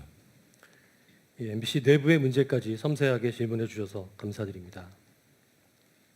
저는 3년 전에 아침 뉴스 담당 부국장을 할 때 자정이 넘어서 하극상 문자를 받은 적이 있습니다. 인사팀에 신고를 해서 처벌을 받게 할 수도 있었지만 그러지 않았습니다. 얼마나 답답하고 하소연할 데가 없었으면 그랬겠느냐 하고 정리하고 넘어갔습니다. 갈등을 없애기 위해서는 공정한 대우가 진행돼야 공정한 대우와 탕평 인사가 이루어져야 합니다. 아침 뉴스 부국장을 하던 시절 서해부 야근이 어떤 사람들은 2주마다 어떤 사람들은 3주마다 돌아간다는 사실을 알게 됐습니다. 방송사 서해부 야근은 몹시 힘듭니다. 정말 밤을 꼴딱 새는 힘든 일입니다. 저는 이것을 약간의 불협화음은 있었지만 제가 주도해서 공정하게 바로 잡았습니다. 그리고 물론 탕평 인사, 그 사람이 어떤 노조에 가입을 했든 노조에 가입을 하지 않았든 그 사람의 능력에 맞는 적재적소에 배치하는 탕평 인사를 하겠습니다. 경영기획서도 말씀드렸지만 하모니 박스, CCTV가 없는 공간에 건의함으로 아날로그로 종이에 써서 넣을 수 있는 하모니 박스를 만들겠습니다. 그리고 부당한 지시에는 거부할 수 있는 권한과 함께 하극상에는 사교에 따라 원칙적으로 대응할 수 있는 그런 방안도 하겠습니다. 네, 다음은 칠모듬의 공통질문을 받도록 하겠습니다. 허태정, 안영준, 박성재 후보 순으로 답변해 주시기 바랍니다. 칠모듬 준비해 주십시오. 예, 안녕하십니까. 강원 춘천에서 온 박한솔입니다. 가장 개혁돼야 할 MBC 사내 문화는 무엇이라고 생각하시는지, 그리고 조직의 화합을 위한 최우선 과제는 무엇이라고 생각하시는지 질문드립니다. 네, 허태정 후보님 답변해 주십시오. 예, 질문 감사합니다. 지금 현재 MBC 제가 보여드린 프레젠테이션에서 보여드렸지만 지금 MBC에 있어서 조직, 관리, 비전 이런 것들이 공유가 되지 않고 있습니다. 만족도가 떨어지고 있고 자기 업무는 잘하고 있다고 자기를 평가하고 있습니다. 어느 정도는 한다. 내 월급 이상은 한다라고 평가하는 거죠. 그렇지만 나머지 부분에서는 불만들이 많습니다. 조직을 MBC의 장래가 어떻게 가고 있는지, 거기서 나는 어떻게 개발해야 될지, 그리고 그걸 통해서 나는 어떻게 기여해야 되는지, 건설적인 제안이나 불만들은 어떻게 처리되는지 잘 피드백이 안 온다는 거죠. 그런 거 없이 지금 일하고 있습니다. 그래서 가장 중요한 것은 역시 일할 수 있는 분위기, 그리고 그에 대한 정당한 공정한 평가, 이런 것들이 가장 중요하고요. 좀 더 이제 저는 오픈되고 열린 조직이 돼야 된다고 생각합니다. 유연하게 보직을 주기 위한 국장 이런 게 아니라 슬림화해가지고 의사결정도 빨리 되고 그게 빨리 이루어지고 공정하게 보상도 이루어지고 또 좀 더 수평적인 문화가 되기 위해서 호칭 같은 것도 저는 사장님 이런 게 부르지 말고 태정님 이렇게 부르라고 하고 싶습니다. 그리고 라이브 방송을 통해서 직원들의 이야기를 바로바로 댓글로 치면은 라이브 방송으로 바로 답변해 드리겠습니다. 솔직하게 그 문제에 대해서 답을 해드리겠습니다. 이런 식으로 해서 서로 소통하는 문화가 중요하다고 생각합니다. 네, 감사합니다. 안영준 후보님 답변해 주십시오. MBC 내부 얘기라 너무 디테일하게 말씀드리기는 그렇지만 MBC 내부의 가장 큰 갈등은 2012년 이후에 대거 입사한 경력 기자들과 정기 공채 그 전에 입사한 정기 공채 기자들과의 갈등이 가장 큽니다. MBC는 정기 공채 순혈주의가 굉장히 강한데요. 주요 보직이나 특파원, 노동조합의 상근자들도 정기 공채 출신들이 하는 경우가 대부분입니다. 공채 기수를 중심으로 사내 정치, 계파 모임 이런 것들이 암암리에 진행이 되고 있습니다. 정기 공채 순혈주의를 먼저 약화시키는 것이 무엇보다 중요하다고 생각을 합니다. 그리고 조직의 화합을 위해서는 권위적인 상명 하달식의 소통 문화가 개선돼야 한다고 봅니다. 아까도 말씀을 하셨지만 호칭도 바꾸고 수평적인 투명한 소통 과정을 거쳐서 화합의 시도를 해야 될 것이라고 생각합니다. 그리고 지역 MBC와의 화합도 중요한데요. 제가 후보가 되니 어떤 분은 이런 말씀도 하시더군요. MBC 내부에 연말 시상식을 해서 지역 PD, 지역 기자들에게도 함께할 수 있는 기회를 주자. 그리고 전국 체육대회 마련을 해서 하나 되는 분위기를 만들어보자. 이런 것들도 고려할 대상이라고 생각합니다. 네, 다음은 박성재 후보님 답변해 주십시오. 네, 안 후보님의 말이 대부분 맞는데요. 주요 특파원들을 공채 출신이 나가고 있다는 것은 사실이 아닙니다. 이번에도 2명의 경력 기자가 파리와 북경에 선발이 됐고요. 특파원으로 그만큼 변화하고 있습니다. 그리고 저는 항상 이런 주문을 해왔습니다. 변화에 대응하려면 좀 빠르게 유연하게 우리가 조직이 좀 움직여야 된다. 많이 해왔다고 생각합니다. 그래서 저는 지금 MBC가 보여주고 있는 여러 가지 변화들이 조금씩 나오고 있다고 보거든요. 조직의 화합을 위한 최우선 과제는 그런 거하고 다 연결되어 있습니다. 아까 우리 허태정 후보님이 말씀하신 거하고 저가 생각이 같습니다. 인사를 할 때 능력 위주로 하면 됩니다.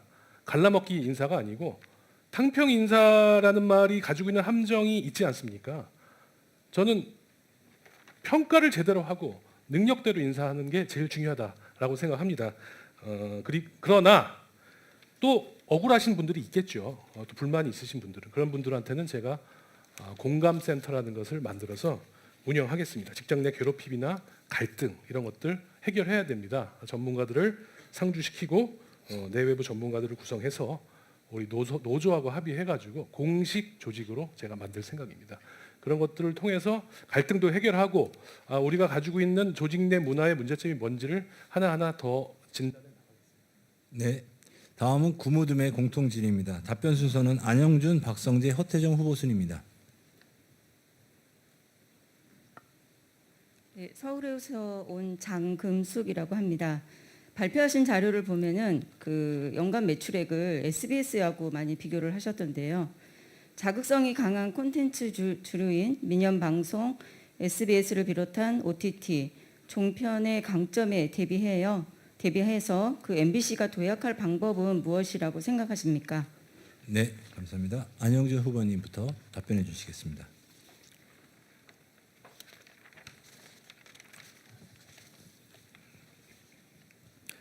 네, 아주 미디어 시장에 비춰지는 아주 심도 깊은 질문입니다. 감사드립니다. 경쟁력 있는 드라마를 만드는 것 매우 중요합니다. 공정한 뉴스를 만드는 것도 매우 중요하고요. 하지만 MBC는 공영방송입니다. 공영방송은 국민이 주인이고요. 그래서 최근 트렌드들을 글로벌 트렌드를 보면 공영방송이 만든 콘텐츠를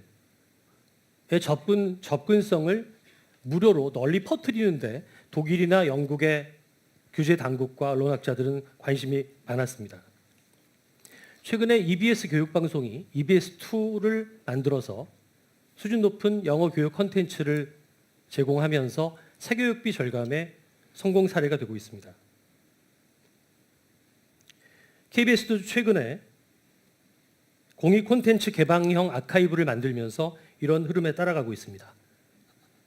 영국의 BBC는 온라인 스트리밍 서비스를 하는 우리 IMBC 같은 아이플레이어라는 자회사를 갖고 있는데요.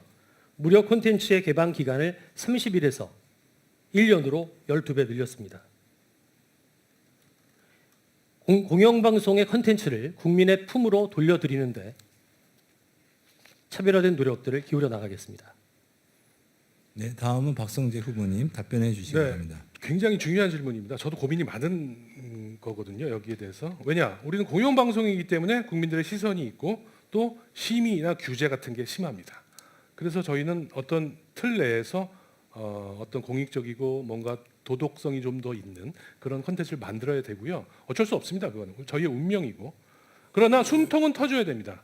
그 숨통이 터지고 있습니다. MBC가 작년에 유튜브에서 500억의 매출을 냈습니다. 대한민국 언론 제가 통계는 안 나왔지만 아마 유튜브에서 500억 매출 낸 회사는 MBC밖에 없지 않을까 저는 그렇게 생각합니다. 유튜브라는 어떤 그 콘텐츠의 숨통을 제가 터졌기 때문이죠. OTT로도 터질 수 있습니다. OTT, 디지털 뭐 여러 가지 플랫폼에 따라서 MBC 콘텐츠들의 수위나 이런 것들이 조금 조절할 필요가 있습니다.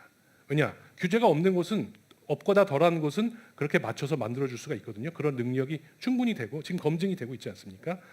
그런 것들을 자유롭게 이동하게 해주고 자유롭게 PD들이나 콘텐츠 제작자들이 움직이면서 만들 수 있게 해주는 게 바로 경영진의 임무고요. 제가 그것을 3년 동안 만들어 왔습니다. 아마 제가 만약에 연임을 할 수 있다면 그런 것들이 더욱더 활발해지는 조직이 되지 않을까 저는 분명히 자신 있게 말씀드릴 수 있습니다. 네, 다음은 허태정 후보님 답변해 주십시오.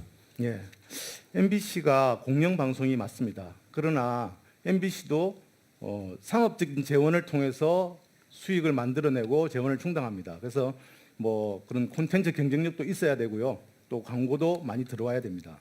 그런 면에서 그렇지만 그렇다고 해서 MBC가 그러면은 상업방송하고 똑같이 가느냐? 그건 아닙니다. 여러분들 옛날에 생각하셨을 겁니다.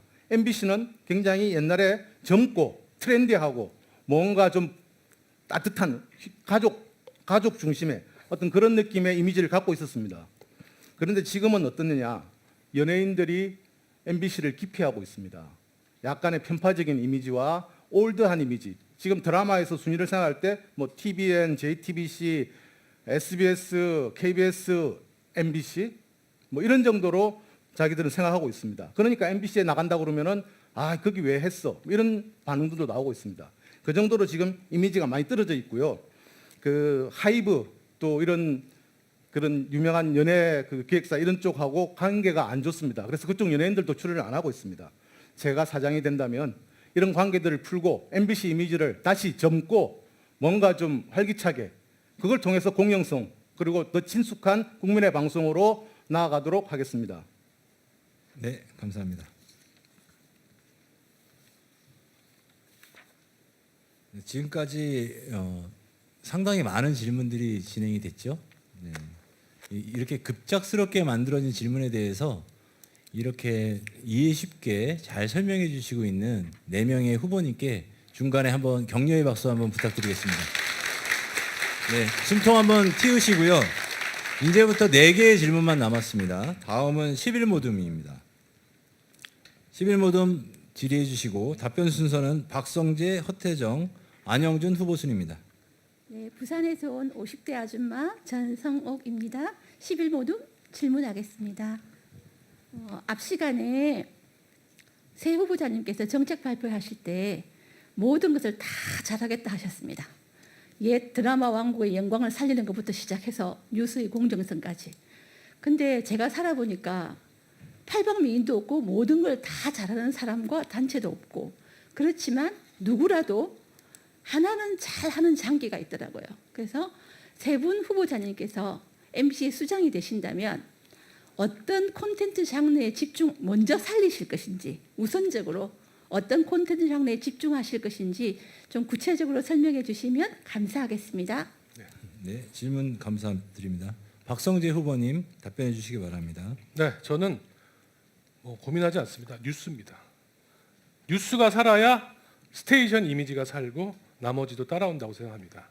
손석희 앵커의 JTBC 시절에 흑자가 났었습니다. 손 앵커가 저한테 자랑한 적도 있습니다. 그런데 손석희 앵커가 나가고 JTBC 뉴스의 경쟁력이 떨어지고 JTBC가 적자로 돌아섰습니다.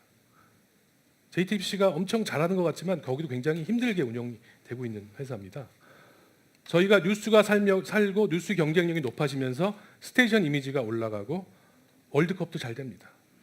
저는 뉴스가 가장 중요하다고 생각하고요. 그러나 뉴스는 돈을 버는 콘텐츠가 아닙니다. 그게 고민이죠. 그래서 저는 드라마 예능도 해야 된다. 잘해야 됩니다. 특히 드라마는 돈이 많이 들어가지만 또 어떤 이 MBC의 매출을 이끌어내는 콘텐츠 매출을 이끌어내는 마중물 같은 역할을 해주는 그런 콘텐츠거든요. 그래서 드라마 투자를 안 할 수는 없습니다. 그러나 선택과 집중을 통해서 제가 아까 말씀드린 어떤 경쟁력 있는 콘텐츠에는 집중적으로 투자를 하되 MBC가 뭐 무작정 몇백억씩 쏟아부을 수가 없으니까 외부 투자를 잘 받아들여서 그런 구조를 만드는 게 되게 중요하다고 생각하고요. 예능은 예전 같지는 않지만 MBC가 그래도 탑 클래스 안에 MBC의 예능들이 들어가 있다고 생각합니다. 그래서 그런 것들을 잘 균형을 밸런스를 맞춰가는 게 좋은 경영이 아닐까라고 생각하고 있습니다. 네, 감사합니다. 다음은 허태정 후보입니다. 예, 드라마가 굉장히 IP 때문에 돈이 되고 계속해서 그 곡간을 채워줄 수 있는 콘텐츠이면은 틀림없는 사실입니다. 그런데 올해 경제 상황이 안 좋아서 1월 달에 벌써 광고가 30% 정도 빠졌고요. OTT, 글로벌 OTT가 작년에 엄청나게 많은 투자를 했는데 올해 금고를 닫고 조우고 있습니다. 그러면 어떻게 투자를 할까요? 작년 1위부터 10위까지만 하지 작년에는 20위까지 했다면 올해는 10위까지밖에 투자를 안 합니다. 지금까지 MBC가 OTT에 선판매한 게 하나도 없습니다. 그렇게 경쟁력이 없습니다. 거기다가 누가 투자를 다른 사람이 투자할 사람이 있을까요? 뭐 드라마 투자회사라는 걸 만들면 투자할까요? 어쨌든 저는 드라마보다는 지금 현재 가장 경쟁력 있는 예능을 통해서 문제를 풀어가야 된다고 생각합니다. 예능은 아직까지 MBC가 경쟁력이 있습니다. 글로벌 OTT에서도 탐내고 있습니다. 근데 그 예능 프로만이 아니라 제가 아까 말씀드린 것처럼 하나의 스튜디오를 통해서 드라마도 만들 수 있습니다. 예능 PD, 예능 작가가 드라마 만들었습니다. 그런 식으로 사고를 뭔가 이 문제를 풀어나갈 수 있는 핵심 고리부터 잡아서 끌어당겨야지 MBC의 문제가 해결됩니다. 그런 거 없이 투자하겠습니다. 뭐 하겠습니다. 누가 투자합니까? 그래서 저는 예능에서부터 출발해야 되고 그 예능에서 모범이 만들어진다면은 드라마도 가능할 것이고 또 새로운 것들도 다 가능하리라고 생각합니다. 그래서 드라마에 고집하지 말고 잘 나가고 있는 콘텐츠부터 시작해야 된다. 그것이 제 소신입니다. 네, 안영준 후보님 답변해 네. 주시기 바랍니다. MBC는 서울보다 부산에 먼저 생겼었습니다. 부산 MBC 시청자의 질문 감사드립니다.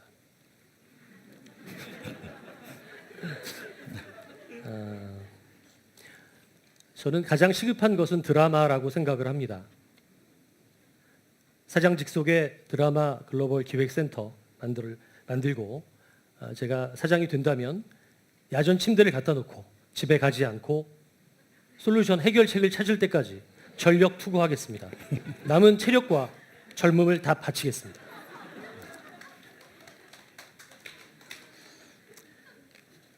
저는 최근 2년 동안 메가 MBC 추진 단장을 맡으면서 16개 지역 MBC를 30회 이상 방문했습니다. 100명 이상의 지역 구성원들을 만났고요. 지역사 PD들은 자조적인 발언을 합니다. 너무 제작비가 없어서 휴먼 다큐밖에 만들지 못한다. 자괴감이 든다. 제작비를 만들려면 외부의 손을 벌려야 한다. 저는 지역 MBC 프로그램 제작비 늘려서 경쟁력 끌어올리는데 최선을 다하겠습니다. 그리고 끝으로 저는 나름 팩트체크 저널리즘의 전문가입니다. 서울대 SNU 팩트체크 전문 과정도 거쳤고요. 글로벌 팩트6, 구글 썸밋도 참여했습니다. 국내외 팩트체크 전문가들과 지혜와 힘을 모아서 MBC 뉴스의 공정성을 더 끌어올리도록 노력하겠습니다. 예, 다음은 13모둠의 질의입니다. 답변 순서는 허태정, 안영준, 박성재 후보 순입니다. 13모듬입니다. 저는 부산에서 온 박대종입니다. 장기간 서서 다리도 좀 안 좋으실 텐데 좀 긴장 좀 풀 수 있는 질문, 쉬운 콘텐츠 제작에 관한 질문을 드리겠습니다. 참고로 지금 방문진에서 처음 MBC에 이렇게 경비와 심연을 기울여서 한다고 해서 제가 방송 쪽에 아는 친구들 이렇게 해서 좀 알아는 보고, 참고로 사전에 보내주신 자료와 오늘 리스트 이것만 가지고 다른 프레주디스 편견 없이 평가를 할 것입니다. 그런데 남영동 그린피스에 가 있는 서엑스수 전 기자, KRTC 동기라든가 또 유니온 몬스터에서 KBS 드라마 센터 황엑스경 최대한 공통 질문은 모둠에서 그 센터장하고 친구한테 이렇게 하니까 이렇게 최대한 정확한 판단을 할 수 있도록 정보를 좀 얻었었는데 좀 정보 안 된 경우도 있었고, 그래서 참고로 한 4분 정도가 영향력인 분이 공통 질의 내용을 질의해 주시기 바랍니다. 단점보다는 장점이 많은 3분이 역시 올라오셨네요. 콘텐츠 제작에서 사장의 역할은 무엇이라고 생각하시나요? 좋은 콘텐츠 제작을 위한 구체적인 방안과 그 이유를 말씀해 주세요. 예. 제가 PTS도 보여드렸지만 제가 2008년에 북극의 눈물을 처음 시작을 했는데 그 당시에 그것을 하는 것이 쉽지 않았습니다. 엄청난 10억이 넘는 제작비가 들었고 6,000km 멀리 떨어진 북극에 가서 그것을 제작한다는 거 한 번도 해본 적이 없었는데 그거를 저는 어쨌든 의미가 있고 해야 됐기 때문에 돌파를 냈고 풀어냈습니다. 그 이후에 이 눈물 시리즈가 MBC의 다큐멘터리의 하나의 트렌드가 됐습니다. 제작 방식도 2명이 공동으로 제작하고 하는 방식도 확립됐습니다. 제가 아마존의 눈물도 그래서 프로듀스로 참여했습니다. 이런 식의 어떤 그걸 모범을 만들 필요가 있는데 제가 사장이 돼서 직접 만들 수는 없고요. 무엇보다 중요한 것은 콘텐츠 제작을 위한 시스템, 조직 문화, 이걸 만들어주는 겁니다. 아까 말씀드린 것처럼 콘텐츠를 부문 간에 나눠가지고 네 자리 줄 테니 이거 해 이러면은 아무것도 안 됩니다. 요거를 자유롭게 서로 이동하면서 만들 수 있게 그렇게 해주고 아이디어가 거기서 바로바로 실현될 수 있도록 해야 됩니다. 옛날에 마리텔이라고 있었습니다. 라이브 스트리밍하고 그 프로그램하고를 결합시킨 굉장히 좋은 아이디어였습니다. 그런데 어떻게 됐습니까? MBC 사장되고 그 아이템을 같이 했던 PD들은 나갔습니다. 그리고 그걸 SBS에서는 골목 식당을 통해서 했습니다.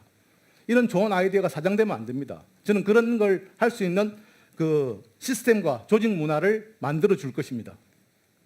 네, 안영준 후보님 답변해 주십시오. 네, 아까 프레젠테이션 때 말씀을 드렸었는데요. 2007년에 통신요금 인하를 촉구하는 리포트를 넉 달 동안 30개를 했습니다. 처음에는 국내 최대 통신사라고 언급을 했었는데요.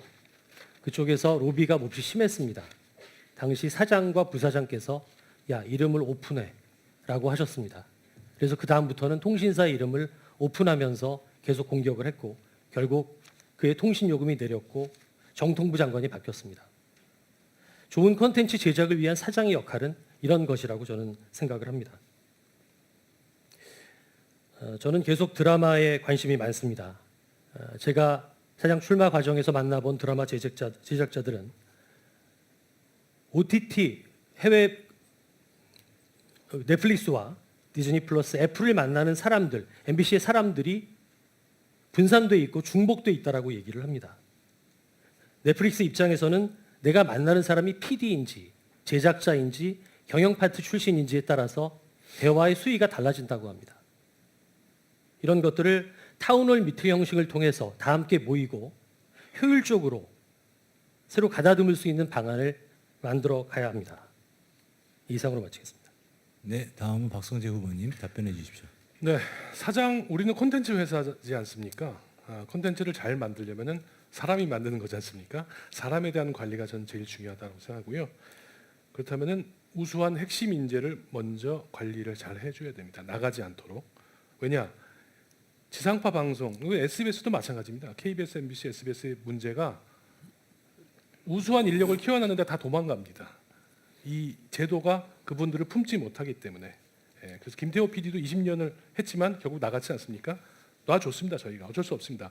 우리가 잘못해서 나간 건 아니라고 저는 생각합니다. 그건 뭐 다른 얘기지만 어쨌든 간에 콘텐츠 제작을 잘할 수 있는 인력 관리가 먼저다. 사장은 인사 제도와 그 다음에 여러 가지 인센티브 시스템으로 훌륭한 인재들을 관리해 줘야 된다. 조직의 파워는 그 우수한 인재들이 먼저 만들어내고 그것을 맞춰주는 나머지 창의성과 잠재력 있는 그런 제도가 또 자연스럽게 따라가도록 해주는 게 가장 중요하다고 생각합니다. 그래서 제가 고민을 많이 했고 저는 절반 이상은 성공했다고 보고 있습니다. 왜냐하면 제가 사장이 된 이후에는 드라마나 예능 PD들이 나가는 경우가 많이 줄었습니다. 그래서 장호기 PD 아까 말이 나왔는데 장호기 PD가 저에게 이런 말을 했습니다. 사장님이 작년 신년사에서 MBC는 지상파 TV가 아니고 글로벌 컨텐츠 그룹으로 가야 한다는 말을 믿고 자기가 이것을 만들었다라고 얘기를 했습니다. 장호기 PD는 아마 안 나갈 것입니다. 네, 15모듬 질의가 있겠고요. 답변 순서는 안영준, 박성재, 허태정 후보님 순입니다. 안녕하십니까. 서울 거주 중인 홍영옥입니다. 각 후보자들께서 조직의 화합과 혁신을 위한 방안들을 말씀해 주셨는데요. 어떠한 부분이 먼저인 것인가는 모두 장단점이 있다고 봅니다. 그렇다면 조직 운영 및 인재 관리에 있어 능력과 안정성 중 무엇을 먼저 보십니까? 네, 안영준 후보님부터 답변해 주시겠습니다. 네, MBC 내부에 대한 관심 감사드립니다.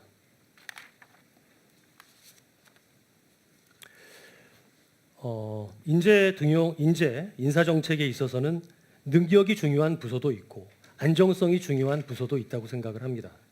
가령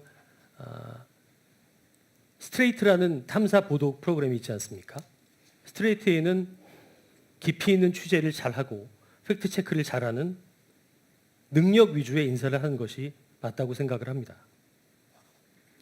하지만 또 반면에 제가 지금 있는 얼마 전까지 있었던 메가 MBC 추진단의 관계회사부가 있습니다. 전국의 16개 지역 MBC를 총괄하는 그런 부서인데요. 그런 부서는 개개인의 능력도 중요합니다. 물론 지금 있는 부서의 그 직원들도 공인회계사거나 노무사거나 매우 유능합니다. 하지만 지역사, 계열사들을 관리한다는 측면에서는 능력보다는 안전성이 더 우선시되어야 한다고 생각합니다. 예, 이 정도로 답변 드리겠습니다. 네. 다음은 박성재 후보님이십니다. 네, 예를 들어서 설명을 드리겠습니다. MBC가 다양한 직종이 근무하는 거기 때문에 일반 회사하고 좀 다릅니다. 자, 창의력과 어떤 기발한 아이디어가 많이 요구되는 그런 직종, 우리 PD들의 경우에는 능력을 위주로 저희가 관리를 해줘야 됩니다. 그래서 우수한 인재에게 확실하게 보상을 해줘야 됩니다. 그런데 기자는 다릅니다. 기자들은 한 200여 명이 팀을 짜가지고 움직이거든요. 한 출입처에 여러 명이 나갑니다. 특종이 하나 나왔다고 해서 그 혼자서 하는 게 아닙니다. 따라서 어떤 기자한테 연봉을 막 2배, 3배 주면 조직이 분열됩니다. 그런 데는 오히려 안정적이고 기회가 균등하게 돌아갈 수 있고 거기서 적절하게 상대적으로 우수한 기자들에게 조금 더 포상이나 여러 가지 혜택을 주는 그런 관리 시스템이 필요합니다. 이런 거를 유연하게 할 수 있는 그런 조직이 제일 중요하겠죠. 지금까지는 대한민국의 기업들이 다 똑같이 안고 있는 문제인데 제가 다른 회사 사장님들하고 얘기를 해봐도 비슷비슷하더라고요, 고민들이. 그러나 점점 그렇게 가고 있는 건 사실입니다. 중요한 거는 MBC의 수익을 담당하는 어떤 매출을 담당하는 핵심 인재들을 관리하는 방법, 그리고 MBC의 스테이션 이미지, 공영성 이런 거를 담당하는 인재들을 관리하는 방법이 서로 다르다는 것이죠. 이런 것들을 저는 포상이냐 아니면은 어떤 현금 인센티브냐 이런 식의 어떤 구분으로 조금 관리를 하고 있는 편입니다. 네, 다음은 허태정 후보님이십니다. 예. 일단 조직에서 가장 중요한 화합을 위해서는 뭔가 어떤 차별이라고 느낄 만한 게 없어야 되겠죠. 지금 현재 제가 설명드린 것처럼 10개 본부장 중에서 여성 본부장은 한 분도 없습니다. 그런데 이번에 또 공영 미디어 본부를 만든다고 하니까 아마 여성을 생각하시는 것 같기도 한데 기대해 보겠습니다. 어쨌든 일할 사람들이 있으려면은 창의성이 우선시돼야 됩니다. 그런데 지금 신입사원 선발을 여전히 드라마, 예능, 교양, 기자 이렇게 뽑고 있습니다. 이런 것을 크리에이트 직군, 저널리즘 직군 이런 식으로 크게 해서 좀 이렇게 서로 그 안에서 자유롭게 할 수 있는 이런 선발부터 좀 달라져야 되고요. 그 다음에 이제 어떤 제가 생각하는 것은 큰 어떤 조직의 변화인데 이런 변화를 앞두고 그 변화는 일할 만 나는 조직 그리고 정당한 보상 이건데 이런 경우도 큰 변화를 일으키기 때문에 사람들에게 불안감을 줄 수 있습니다.